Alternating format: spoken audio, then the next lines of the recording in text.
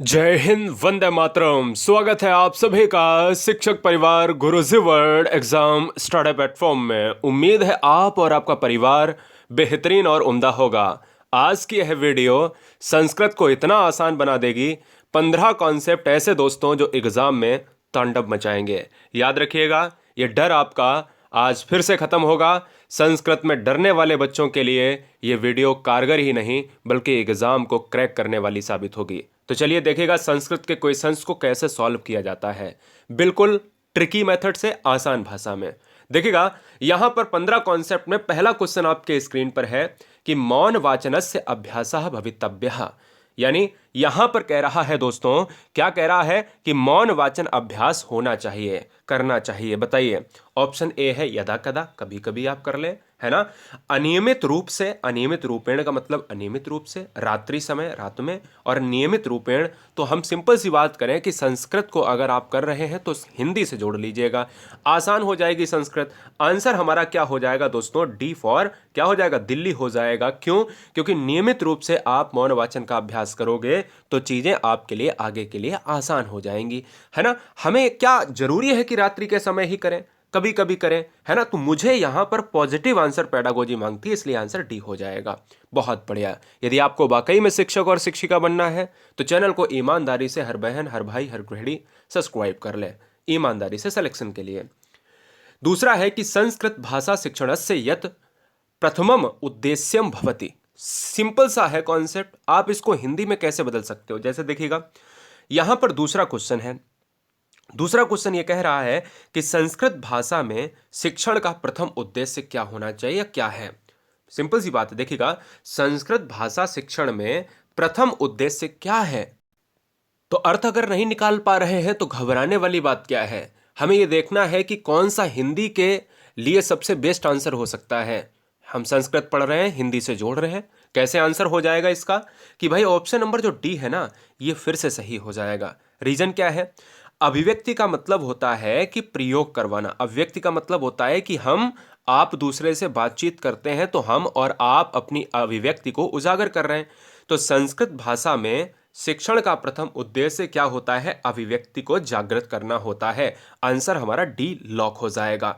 अगले क्वेश्चन की तरफ बढ़ेंगे, बहुत आसान है। देखिएगा संस्कृत भाषायाः शिक्षणम कथम भवेत्। सिंपल से कॉन्सेप्ट की तरफ हम बढ़ रहे हैं।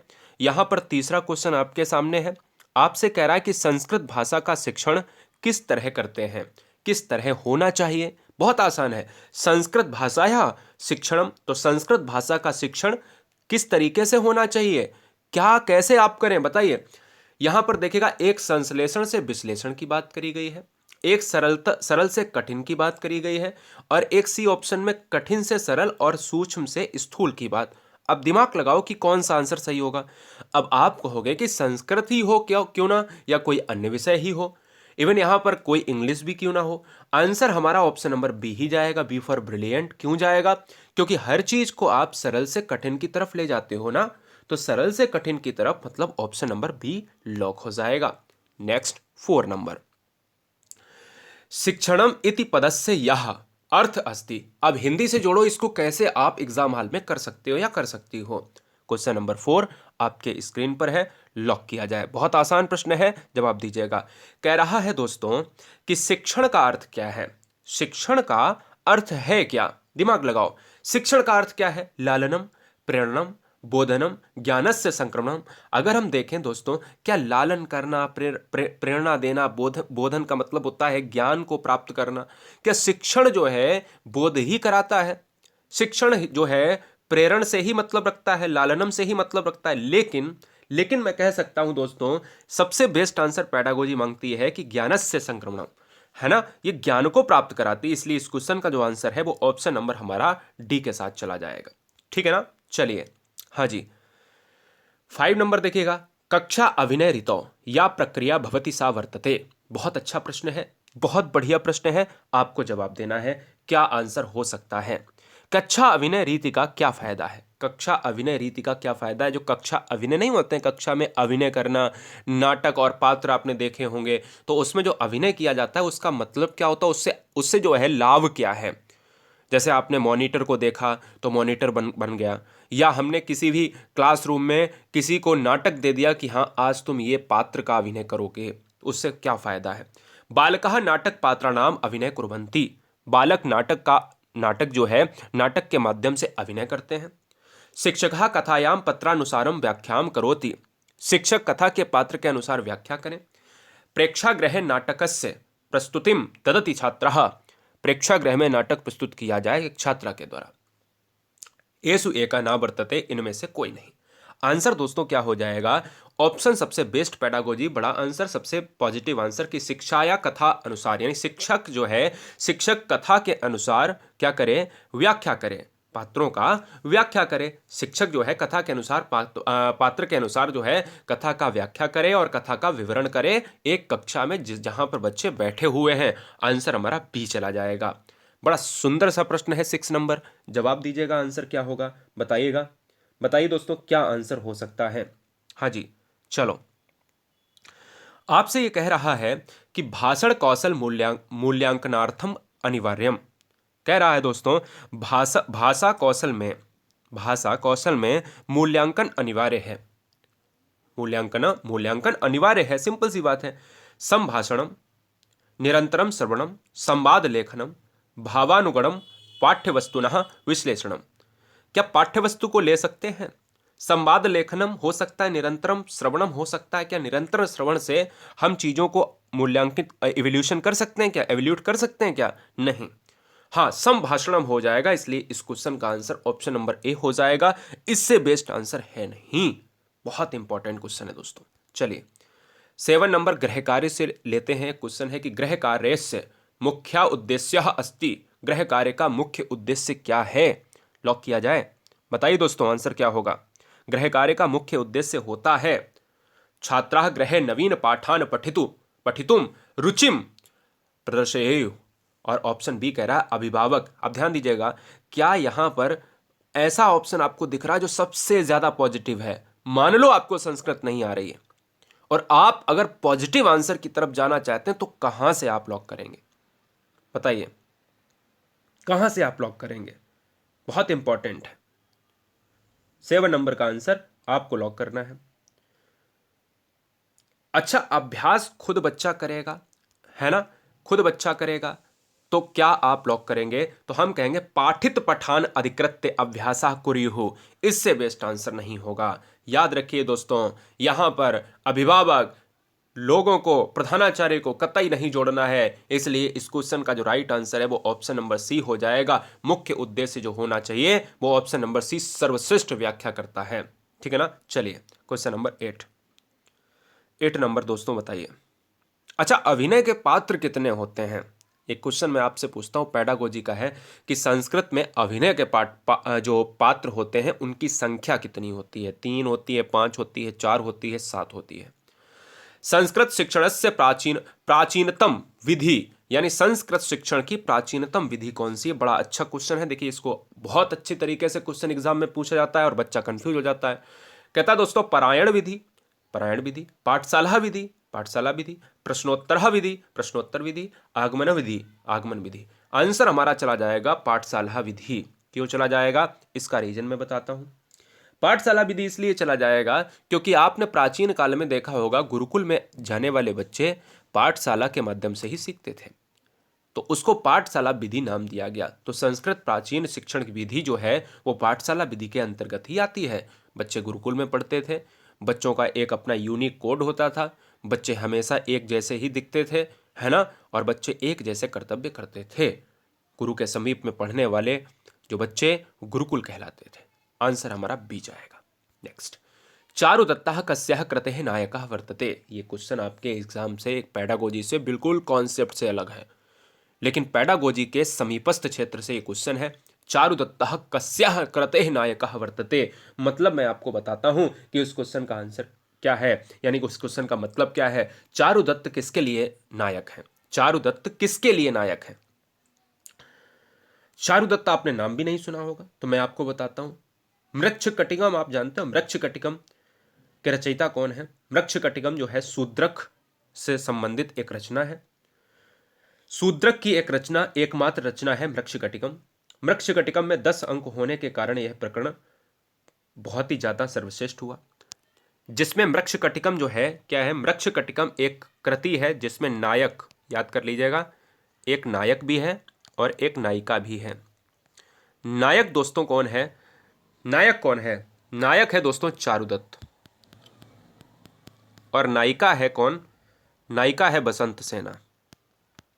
ठीक है ना, पात्र नहीं होते हैं, इसीलिए मृच्छकटिकम यहां पर चारुदत्त से रिलेट कर जाएगी। अगले क्वेश्चन की तरफ, संस्कृत भाषा शिक्षणाय सर्वोत्तम विधि, हमसे कह रहा कि संस्कृत भाषा शिक्षण की सबसे बेस्ट विधि कौन सी है, ये आपको जवाब देना है। संस्कृत शिक्षण की यहां पर आपको बताना है, हाँ जी, संस्कृत शिक्षण की सबसे बेस्ट विधि कौन सी है, आपको लॉक करना है, आपको जवाब देना है। ठीक है, चलो बताइए दोस्तों आंसर क्या हो सकता है।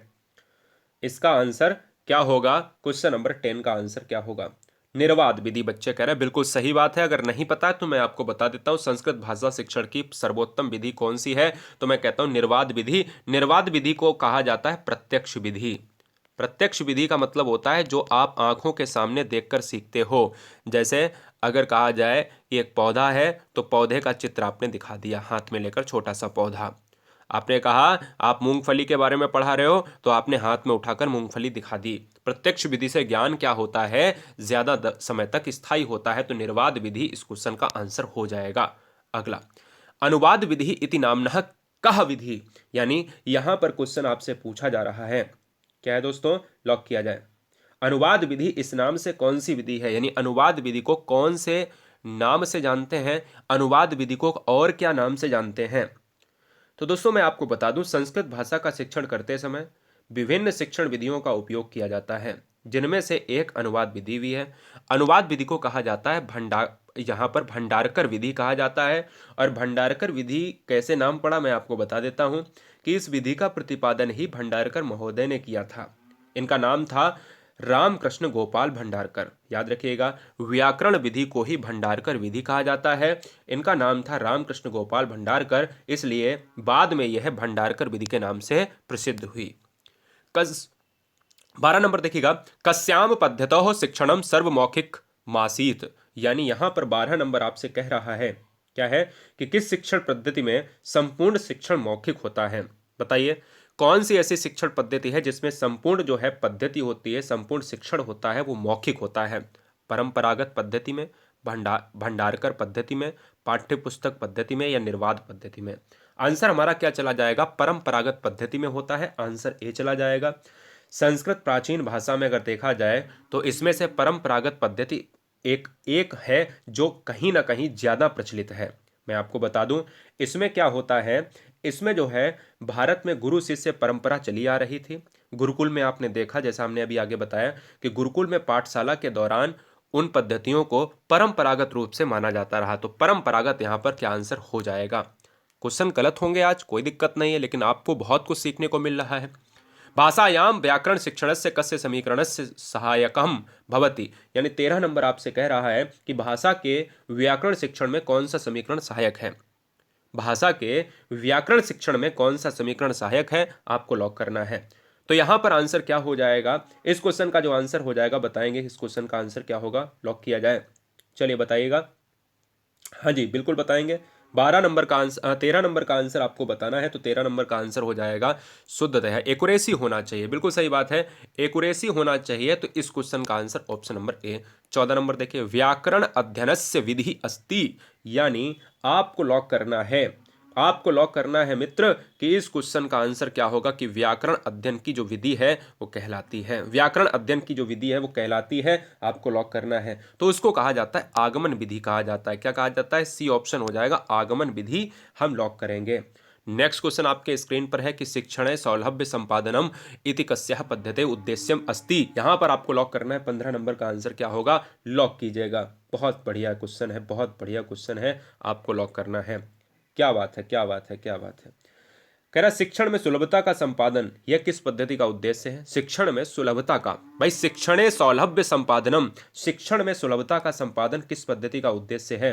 तो हम कहेंगे पाठ्य पुस्तक। भाई शिक्षण में अगर सौम्यता अगर आ जाए, शिक्षण में सुलभता आ जाए, तो वो सबसे बेस्ट आंसर हो जाएगा पाठ्य पुस्तक, क्योंकि पाठ्य पुस्तक उठाई और आसानी से पढ़ा दी है। इस विधि में पाठ्य सामग्री संकलित मिल जाती है। इस विधि में बालक रुचि से पढ़ता भी है। बालक घर में पाठ को दोहराते हुए अपनी किताब के सहारे पढ़ता भी ही है ना? आपने भी किया है, हमने भी किया है, और गृह कार्य करने में उसको आसानी भी होती है। इसलिए शिक्षण में सुलभता का संपादन केवल पाठ्य पुस्तक में निहित है, इसलिए आंसर हमारा जाएगा सी के साथ। तो ये कॉन्सेप्ट 15 ऐसे कॉन्सेप्ट नहीं थे जो आपको परेशान करें एग्जाम में। बहुत तगड़े कॉन्सेप्ट थे, कठिन कॉन्सेप्ट थे, तगड़े कॉन्सेप्ट थे। सरलता से सारे बच्चे कर लेते हैं, लेकिन कठिन और सरल दोनों को अगर मिला के चीज़ों को पढ़ाया जाए तो आसान नहीं होता है। जय हिंद, वंदे मातरम। मिलेंगे नेक्स्ट वीडियो में, तब तक के लिए आप सभी के परिवारों को, आप सभी के माता पिता को मेरा प्रणाम, नमस्ते, आदाब, सत श्री अकाल, ताल ठोक कर जय महाकाल।